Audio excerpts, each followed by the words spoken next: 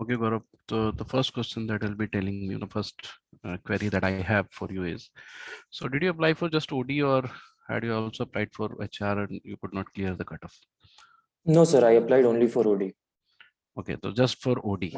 Yeah. And is there any program, have you applied anywhere else other than No, this? sir. Actually, overall, I've applied for only one program after Okay. doing my research. Yeah. Okay. So currently, what are you doing? Sir, currently I'm working as a program coordinator in a foundation, which and we I manage the scholarship program of that foundation. And also, I'm also teaching. I was teaching until April, but right now I'm not, since I will be transitioning out for sure. So Okay. So now you're like managing the scholarship. yeah. Okay. So scholarship distribution and so what exactly is your role? Like if you have left teaching, there must be some significant role that you have picked. I was teaching along with managing the program last year, sir. But anyhow, I'll Okay. go into the details. My role in the past 2 years has been apart from like teaching the highest batch of a program. So I've also been managing so it's basically we have around 50 to 50 plus kids, and we take care of the complete academics of the students, as well as any other kind of development which should be happening in the school, which we usually call holistic development, like the elements of the extracurriculars, sports, plus like all of these kids are coming from lower income backgrounds. Most of these kids are coming from underprivileged backgrounds, and in that case, particularly through COVID in the last 2 years, my role was also like helping support these families as and when it was needed. Understanding the need of the families and staying in touch with them, supporting them as and when the need came, like in whatever capacity we could. But our main focus is that like the studies of these kids, and like the whatever interventions that we are So bringing in these kids' so life tell continues. me, are you easily replaceable or have you made Yeah. some like respect or some kind of USP that you are Mhm. really indispensable in your organization? Yes, sir. Actually, right now we had three batches, and one batch transitioned out of 10th grade right now. And we are moving into phase two, where gradually our batches will be in their PU colleges and then gradually in their colleges. So in the school setup, I was in the school setup, I used to manage a lot of coordination with the school in which we reside.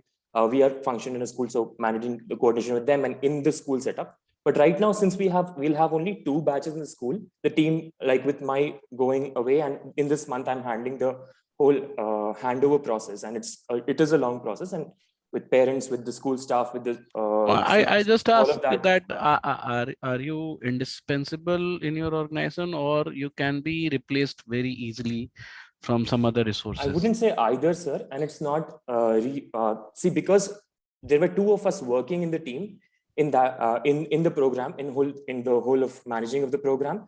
That is why my moving out will not impact the program very severely, though like Okay, yeah, that's a it's good thing. yeah. So but still you are working good in social sector, like Mhm. the work that you are doing has some impact on greater good. So isn't it like we are snatching you from your place and bringing you to this environment of corporate and then you'll be going to some corporate field. Yeah. So isn't it like I'm doing the brain drain from social sector to corporate sector. So will it be like that case or you do have some plan also? Sir, like my love is my first love is the education sector. Like obviously, first love is teaching, but like coming back to the education sector is there on my mind. And right now, it's not like I want to work only in the education sector throughout my life. And I believe that this program will also contribute, in the skills and mindsets which I need for being able to work in. I mean, what I learned from this program will definitely So be so applicable in the social sector I also. I would like to know more, Gaurav. Like Yeah. what prospect do you see for this program outcome which Okay. ODCL Yeah. has in education sector? Sir, like I see endless opportunities, because I mean the social sector is something which is continuously churning, continuously undergoing change. Many non-for-profits are continuously facing the same kind of challenges which the for-profit organizations are facing, and in terms of change, in terms of external change, particularly in education, with education changing so fast, it's at a fast pace. I mean, there is some push from the government with the new education policy, but like overall, the kind of requirements that the kind of outcomes that a student should have, the kind of learnings that a student should have at the end of a particular age, all of that is changing so fast with almost every passing decade, every passing year. And all these social sector organizations, including the ones who are working in education, need to adapt to that as well. And so, I mean, it's like very clear for me that coping with change is, and adapting to the change, becoming resilient to keep on improving themselves to be effective in the work they want to do. That's going to be a continuous process for these organizations year on year. And I feel that what the course offers kind of will help me coming back with this. And yeah. Okay, so nicely answered. So Gaurav, you are working in education sector. Yes, sir. And so, like, if an independent question, if I'm asking, not related to your work area. Sure. So what problem do you see in education sector? Like even we are talking that the next big phase for entrepreneurial venture would be in education sector, or probably in edutech sector. But what big problem do you see in education sector? Okay, sir, let me be completely honest with you. I don't think I can identify one big problem. Identifying one big problem would be like, telling that the other problems are not big problem. Education in itself is a very complex problem. And that arises because there are so many factors which lead to, when we say success in education, there are so many different factors contributing to it. To name a few, the government, there is the whole parent setup, the whole key stakeholders setup on the family side. There's a school setup. There are legacy issues in school, like the resistance to change in school setup, the resistance to change in government departments. There's a whole curriculum bucket, which is running behind the curriculum ideas which come up in the national curriculum plans. And I mean, this is such a complex problem that okay, so you are going fine with this answer. Yeah. I got your point. You are going fine with your answer. The one Mm-hmm. suggestion that I'd like to add or tell you, that when talking about the educational problem, the starting point was good. Although the line was very incorrect, that education is in itself a complex problem. Education has problem like, okay, that doesn't matter at all. Okay. Even the professor will ignore that. Okay. The suggestion is that while talking about the problem, you can just categorize. You can just ask, like, tell that primary sector, secondary sector, college, higher education, and research. Okay. So we need to see all these areas differently, and then you can just talk about your sector. School wale mein you have worked more, so of course your the insight will be very different at that place or in that area. But you can initially, if you'll categorize initially, that shows the management approach of yours. Sure. Okay, so by this reason, I just forgot what I was going to ask you. But again, so Gaurav, like this course demands 2 years of work as a prerequisite. Yes, so basically, we expect that you must have some organization-based learning, organization-based experiences, so that you can understand the nuances or problems of organization, so that you can also understand the OD interventions or change and leadership-based theories in a very practical manner. So the right now, what I see, your experience is mainly with students and very less number of people working with you. So how do you justify your WorkX is WorkX has that kind of credential which we asked for? Okay, sir. I mean, for me, the only thing was that the WorkX is for 2 years, and that's the only thing which is given in the eligibility criteria. So for me, it's like that work, that also I'm talking the behind the scenes thing. And okay, sir. So honestly, for me, I agree to that. What you said, that the team size was small. We were an 8-member team at its maximum capacity, and I handled around 50 to 50 plus students. But there was also a lot of other interaction, which was like key stakeholder interaction, which involved the school setup, which involved working with so many different parents, with so many different mindsets, with backgrounds which are completely different from mine. And overall, and before that, in Teach for India, also interacting with like trying to implement in a like programs in a place where We did not have much or almost zero authority in those schools. And try to bring change in places with where I am going in and working with zero authority. That's from Teach for India, and here working and coping with the change which happened through COVID. And of course, you're aware of the massive problems that were there in the that the education sector faced. And of course, you would have heard about the particular impact on the low-income background students. I, for one, can I don't know. I mean, it will be too much to say, but I can proudly say that a lot, like our kids, we had near 100% retention. Plus, we had successful academic learning throughout that, and being able to manage that means also to make the team transition, to make the entire student setup transition to a place where they are not even used to. A lot of them are not even used to using smartphones in their house. They don't have places in their house where they can sit and comfortably study, which means working with those parents to make that happen. So a lot of, I'm just bringing in the stakeholder and, Okay, the no, aspects no, which I got your brought point. No, about no, there. I But rightly said. So, through so all this, you can yeah. also add one more point here that Mhm. even the leadership component the course has. Okay. So when you teach a student, and I'm also talking with my experience. Yeah, yeah. So when you teach we समझ गया teach sir. a student, you don't teach them facts, figures, and समझ गया some क्या बोल रहे logic. है ना? You need to make them a leader in हो. so that they can lead their learning. Yeah. So you must have felt that in Yeah, our yeah. classes also. Mhm. We don't like to put the good line for your interview. We just try to make you understand that this is the learning areas that you Mhm. there you have to go ahead. So that component is also there in your work. You could have Definitely, sir. you should add Mhm. that also. Okay, so Gaurav, like the industry part is clear. Okay. So you also understand the education sector well. So if I'll ask or if I'll say that if you want to go for education sector only, so Mhm. what big dream you have with your matlab in for your future career Okay. or Okay. All right, sir. Sir, to be honest, I don't believe that I can be one person who will make like a lot of change. That for me, I believe in organizations, and this thought process has developed over time. That I believe that only through collaboration can we actually make change. So, keeping that in mind, personally, I want to. Right now, I feel that I'm in the process of understanding. Last 5 years, I have spent in understanding teaching pedagogy for one subject and school setup. How does a school setup run? And what challenges does a low-income family, low-income migrant family usually face when they come to study? Now, this part of understanding probably I've built some depth.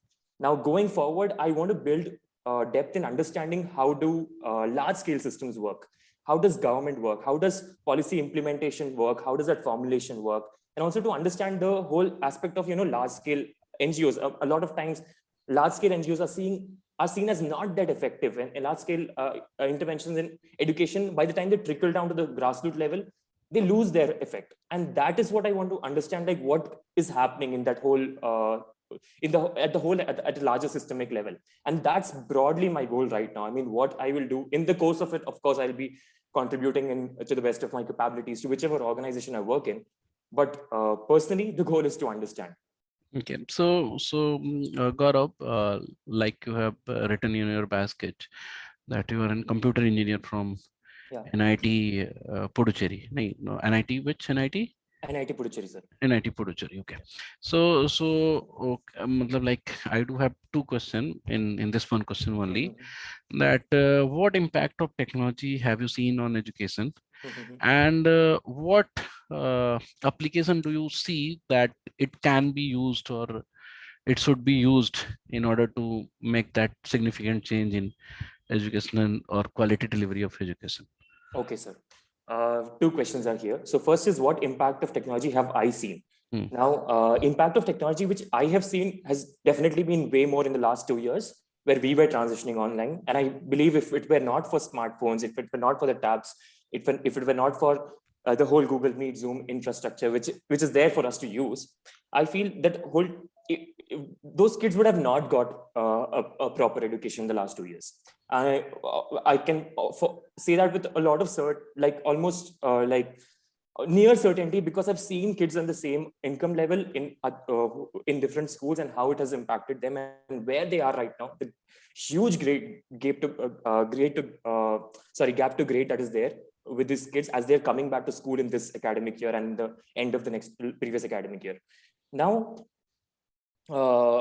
definitely, like being able to deliver technology, this is at the school level, and that's where I have seen. Of course, there are various other interventions in higher education, in particularly in technical education, in various other skill-based education, in certifications and all in the higher education, which I'm not going to touch upon, because I personally have only been a recipient of those through like courses. But coming to the second part of the question, sir, can you once again repeat the second part of the question? I think So I I'm not was very clear. saying that any application that you see that it could be used or it can be exploited, not the technology can be exploited in order to get efficient delivery of education or making significant change in education sector. Okay. So anything new that you can find out or you can visualize. Okay. What we already know, what we all of us experience are large scale courses like mass courses, where there's like recorded lectures and there's like recorded material, and we access that we all understand. But in in the last 2 years, I've also seen that teachers in my team use technology in very, very creative ways. One of them being like help, the process of learning through technology becomes as it becomes like it's so engaging and interactive for a student that it takes their learning to to other levels, where they are not just learning the subject, they're learning it much more at much enriched quality of content, while at the same time they're learning the technology as well. And simple things like using sheets, using forms, using slides, and using docs, all of this is going to help them in the future. So that's one component of it. Now, apart from that, there is this whole component where a teacher directly uses technology in the classroom to show simulations, things which we cannot really do. But in science education, when we show simulations, so like there are these kind of creative ways which you can code all of this into a software, and you show those simulations to the students, and parallelly they also learn how the technology works, how the coding so works. I have to object here actually. Go ahead, sir. Yeah. So when like many companies are doing these days, they are being over creative in order to teach students, and everything they want to teach, they are doing it through figures and videos and making every like in chemistry, they made you see, or they make you see every molecule where they are moving and what is happening in the transition state. And also in physics or in chemistry or in all the subjects, they are using videos, and where they are being very creative. So don't you think that this overuse of technology to show everything like on a platter, so you actually stop the imagination power of student, and you don't let student to think by themselves or imagine by themselves. So I'll just give you an example, like when we studied chemistry at our graduation level or school level, we had to imagine what is happening there. Yes, now these days kids are not even imagining anything, they are just knowing that this is happening. So don't you think there's a loss of creativity for the generation that is coming ahead if you use technology in that extent? All right, sir. Sir, if you were to notice in my example, the teacher was always present. And particularly in school education, I think it is critical, unless and until you're preparing for, you're just self-learning or you're preparing for a coaching exam, I don't know. But like generally, my teacher is always present, and the teacher decides what quantum of stuff do I show them on a simulation versus what quantum of stuff do I facilitate, in them letting imagine, in them thinking it out loud themselves. And it has to be moderated. It cannot be like, okay, this is a video, this is a simulation, you watch it and you agree. There is like so much truth in what you're saying, and I completely agree with that. But I feel that does not mean we can completely neglect the impetus with which this technology is helping in students' imagination also. And I'll give you a point to validate that, because when I was a student, when I was studying chemistry in class 11th and 12th, it was completely my imagination, which means I depended on how well the teacher taught, if that was an excellent teacher, and how well the student was able to imagine. So why don't you use the same technology? Why don't you use the same technology to teach teachers rather than teaching students? I mean, many teachers do use it, right, sir? Like to learn with themselves and then take it back to class. I mean, there are so No, many I was talking about yeah. one of the big concern that we have these days, the teachers at which might I don't know what is the recruitment criteria of those teacher was, but we see videos on these days YouTube that this teacher doesn't know this thing, and even we have felt that in our school many of the teacher Yeah, who yeah. doesn't have the basic knowledge of their subject. So what I was thinking that like even the simulation part is being used these days. So in order to you explain an example where technology is not being used, and you could have asked in two ways, either for the training of the teachers, Okay. use the same technology, same thing to train teachers, Yeah. and regulation purposes, because regulation is a big issue in Indian education sector, because there are few schools, few teachers, few Yeah, yeah. stakeholders who are quite sincere about their responsibilities and they know their accountabilities, but most of the schools have now deviated from the real goal what they Okay. have. So so right now so you are technology.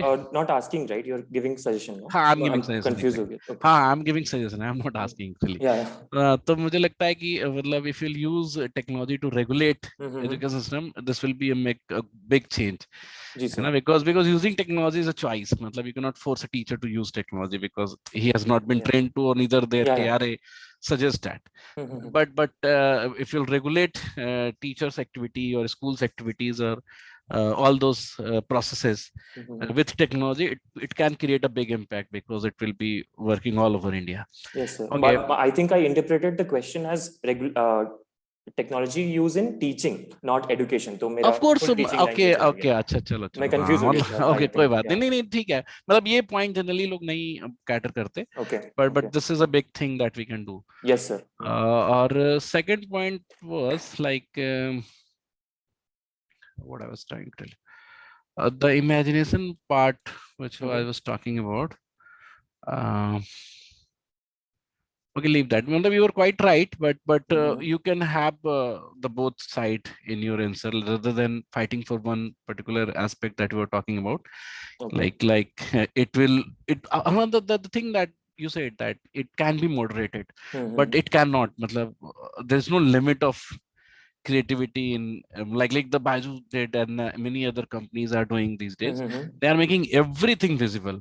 So Yeah. it also it's not just hampering the creativity, is also lowering the standard of reading habit Yeah. of a students. Now you're not letting them read, you're Yeah. just showing them videos these days. So Mhm. this is a big issue that I see.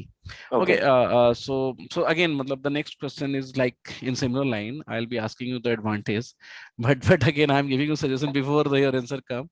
You should talk in the both ways, huh? Okay, sir. So uh,